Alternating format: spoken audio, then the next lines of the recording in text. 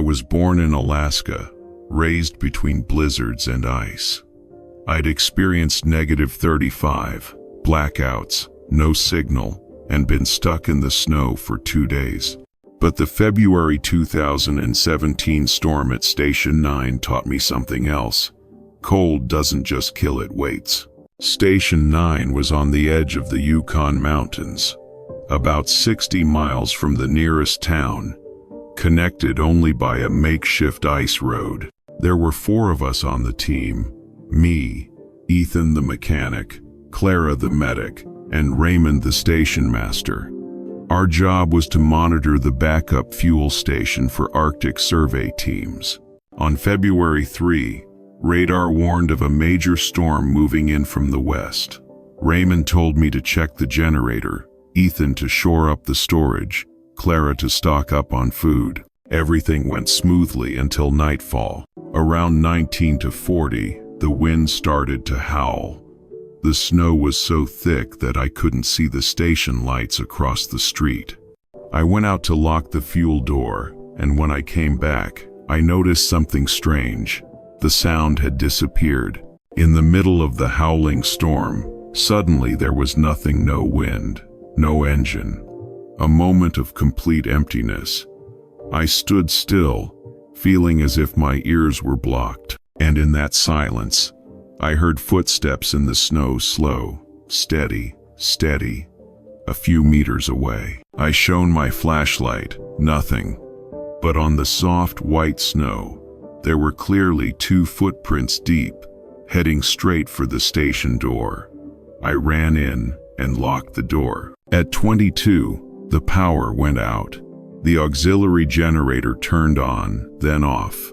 We gathered up the flashlights, checked the system. Raymond said, "This storm could last 3 days. We have to conserve power." We turned on the radio to contact the main station, only to hear a crackle. Clara plugged in the thermometer. It was -41 degrees Celsius outside. Inside it was only 6 degrees, despite the heater running at full blast. That night, I was on duty. Raymond slept in the control room, Clara and Ethan in the storage room. I sat by the window, looking out at the white mist. Snow covered the glass in a thick layer, leaving only a small gap. Around midnight, I saw a light, weak, blue, moving slowly out of the snow. I thought it was Ethan coming out to check, but when I turned on the radio and called, no one answered. The light stood still for a few minutes, then disappeared.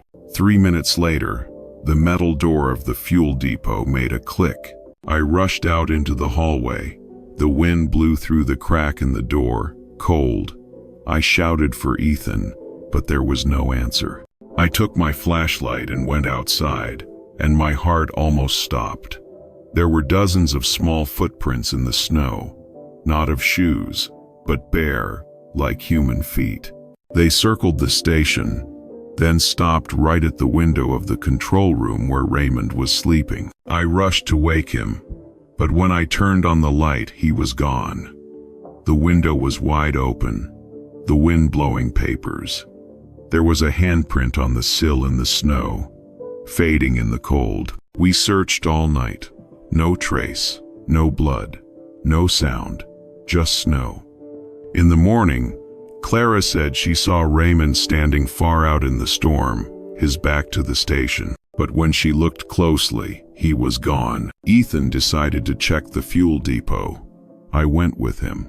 When we opened the door, a burning smell came up, burning rubber and metal. On the snow in the depot, there was a black circle, in the middle of which was Raymond's radio, melted. We took it back, but when we turned it on, the speaker made a crackling sound, not a voice, but a breath, slow, drawn out, then abruptly cut off.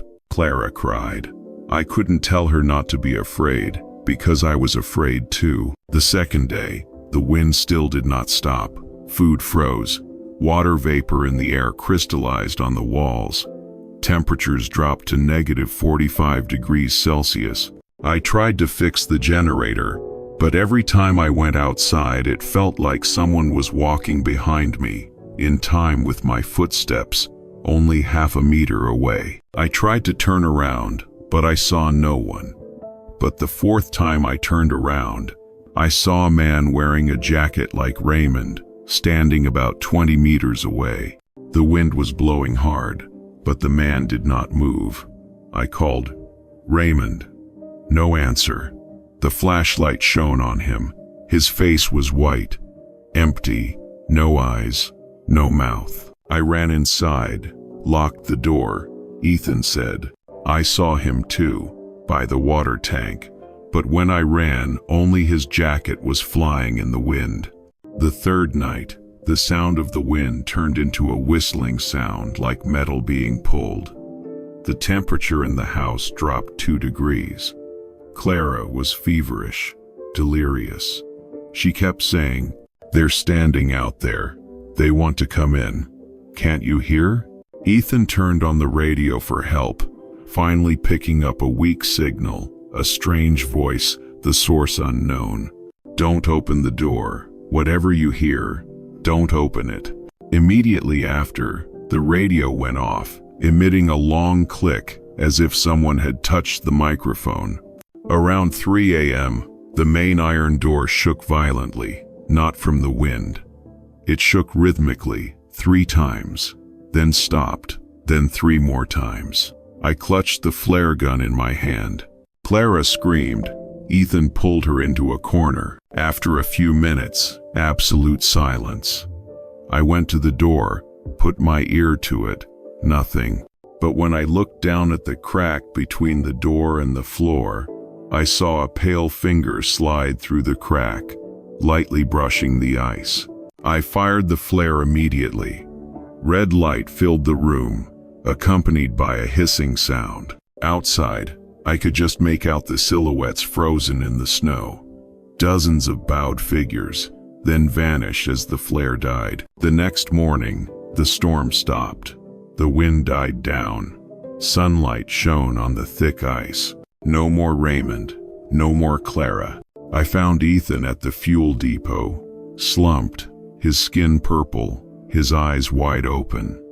In the snow around him, there were hundreds of small footprints, arranged around his body. I couldn't count them. I left the station that day, alone, walking 17 miles to the next station. They said I was hallucinating from lack of oxygen, from the cold, from the isolation. Maybe it was true, but there was one thing I couldn't imagine.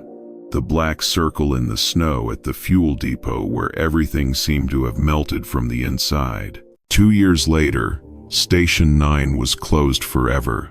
No one dared to go near it. In winter, local hunters say they can still see a faint blue light from the edge of the mountain, and when they get closer, they hear a 3-beat metallic knock. Click, click, click, just like the iron door rattled in the storm that year.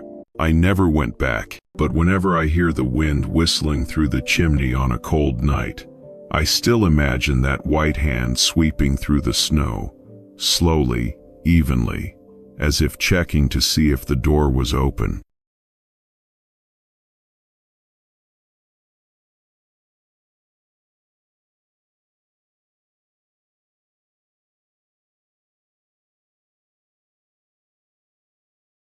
I remember that night, every second. It was Christmas Eve 2019, and it was so cold it cracked the metal. We were driving from Cheyenne to my mom's house in Billings, Montana. Me, my husband, Michael, and our 7-year-old daughter, Lucy. The weather was bad, but Michael said we'd take it slow, and we only had about 200 miles to go. We had gifts, food, and an emergency radio. He was always prepared. I remember Lucy in the back seat, dozing, holding her teddy bear. Outside, snow covered the fields. The moonlight was faint. As we entered the 56 freeway, the streetlights faded. The wind blew sideways. The snow began to fall, and the radio said storm warning 4, near zero visibility. We were supposed to stop at the next gas station, but the GPS said we had 19 miles to go. And just 10 minutes later, the snow started falling like a white wall. I had never seen anything like it. The wind was whipping up swirls of snow, so thick you couldn't tell where the sky was and where the ground was. Michael slowed down, turned on his hazard lights, but could barely see anything but white. Suddenly, a dark figure flashed in front of the car. He slammed on the brakes.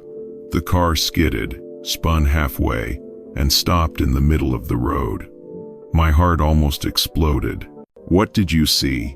I asked. He said, "I don't know," like a human. We looked around. No one was outside. It was just snow and wind. Michael wanted to go out to look, but I pulled him back. "Don't go out. It's killing people." He sat back, turned on the heater.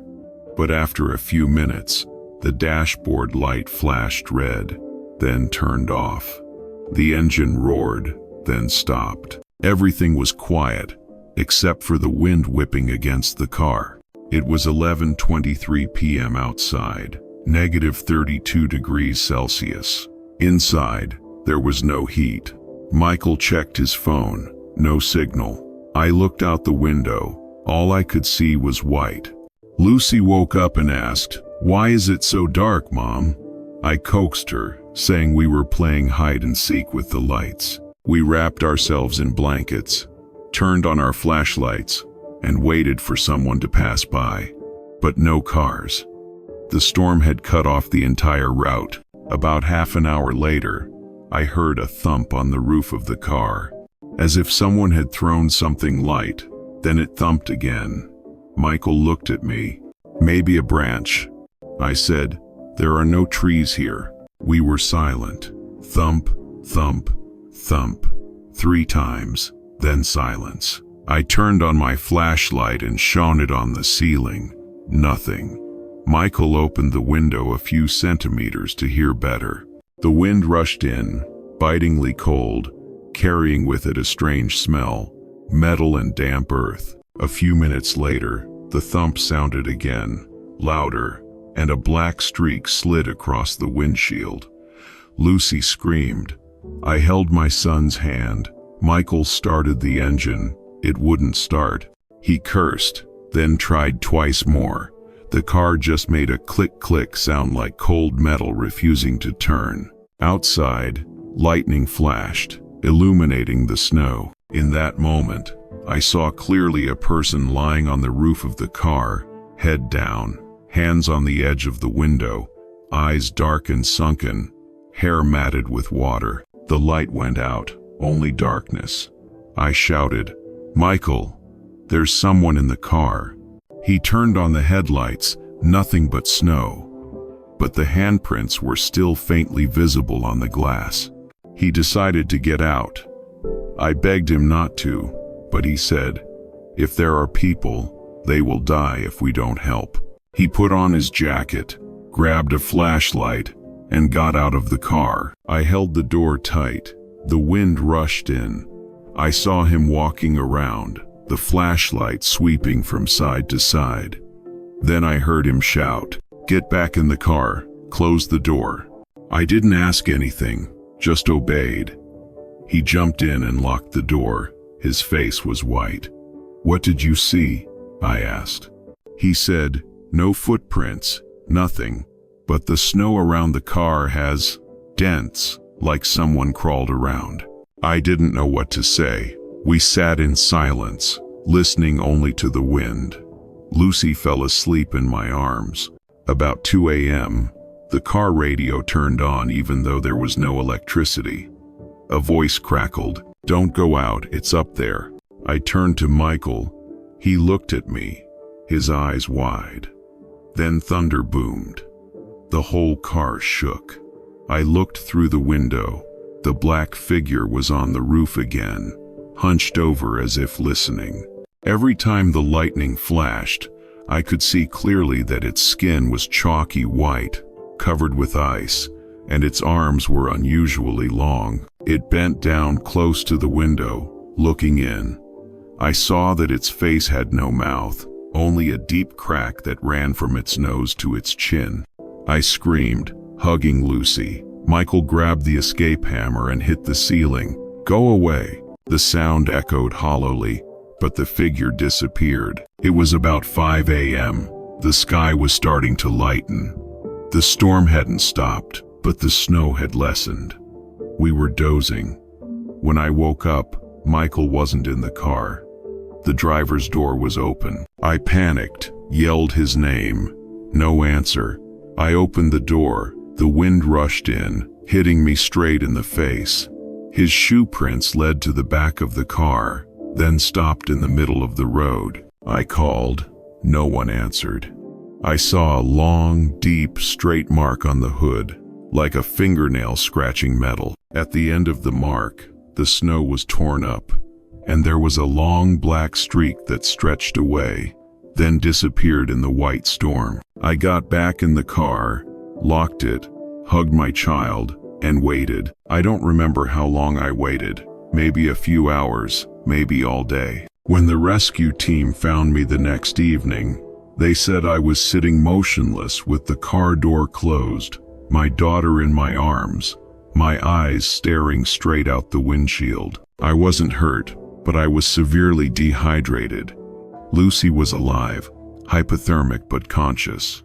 Michael was never found. The rescuer said he only saw a circle of tracks around the car, deep and even, as if someone had walked around it dozens of times. No footprints leaving. A month later, I went back to the same spot with the police. It was sunny. The snow had melted.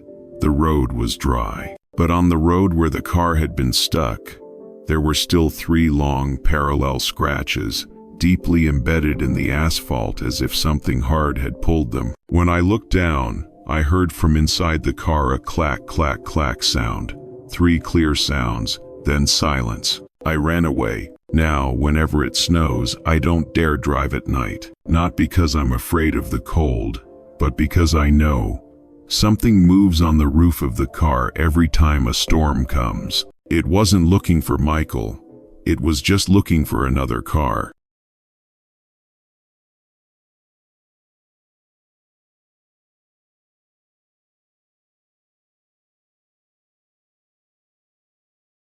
I've worked for the Bangor and Aroostook Railroad since 1988. Most of my time was spent maintaining the tracks, checking signals, doing things that no one noticed.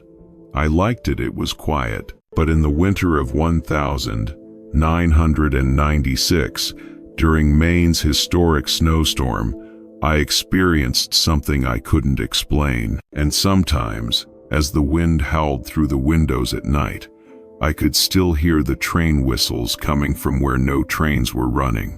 On the 13th of January 1996, a storm moved down from Canada, blanketing northern Maine in snow.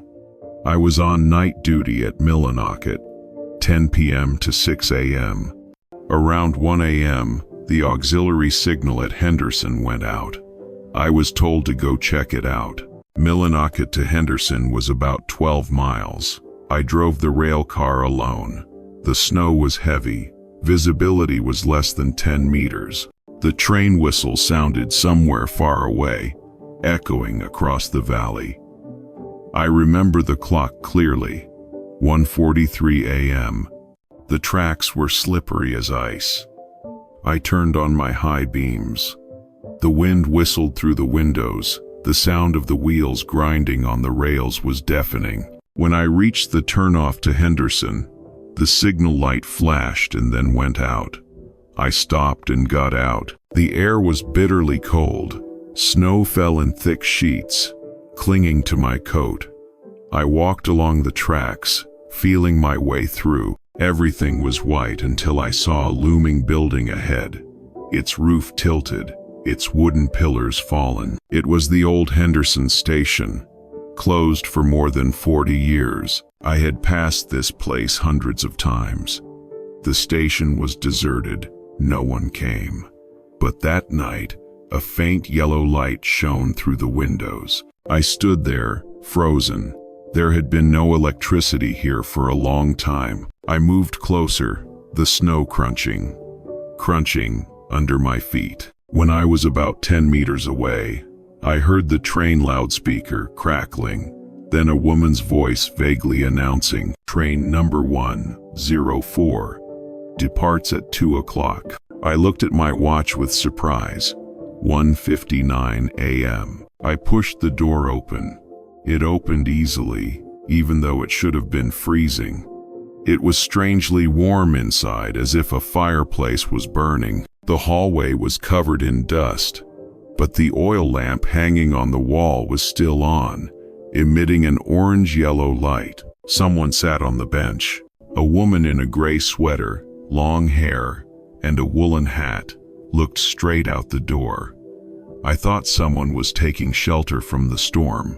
I said, "Excuse me, miss. It's dangerous here.